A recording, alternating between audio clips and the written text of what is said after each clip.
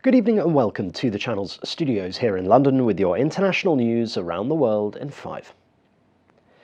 A former secretary who worked for the commander of a Nazi concentration camp has been convicted of complicity in the murders of more than 10,500 people.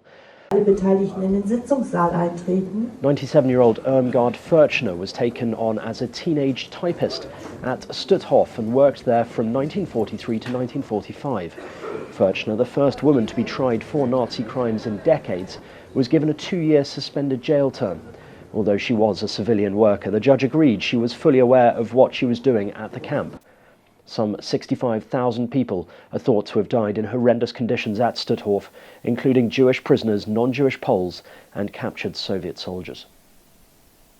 Former Hollywood film mogul Harvey Weinstein has been found guilty by a Los Angeles jury of raping a woman. Your actions, Mr. Weinstein.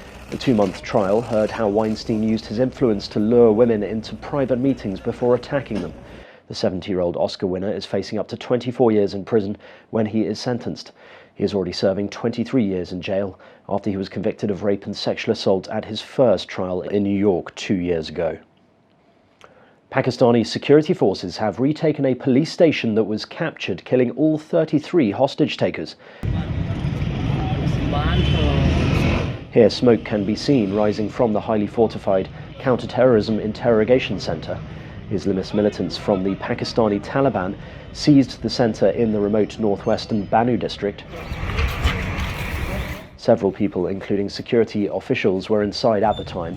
The Defence Minister, Khawaja Mohammad Azif, said all hostages were freed, 2 special forces killed and 10 to 15 members of the military injured.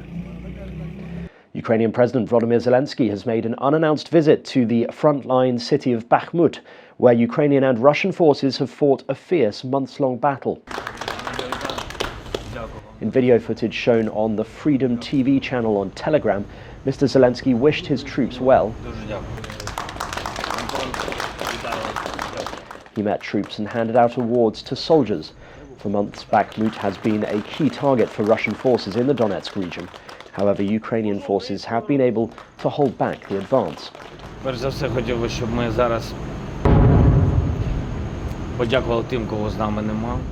visit is a significant show of defiance and a demonstration of support for Ukrainian forces engaged in some of the fiercest battles in recent weeks. Local officials say 3 people have died after a blast ripped through a gas pipeline in central Russia that brings gas from Russia's Arctic through Ukraine to Europe. The Chuvashia Regional Emergencies Ministry said the pipeline had blown up during planned maintenance work near the village of Kalinino, about 150 kilometers west of the Volga city of Kazan.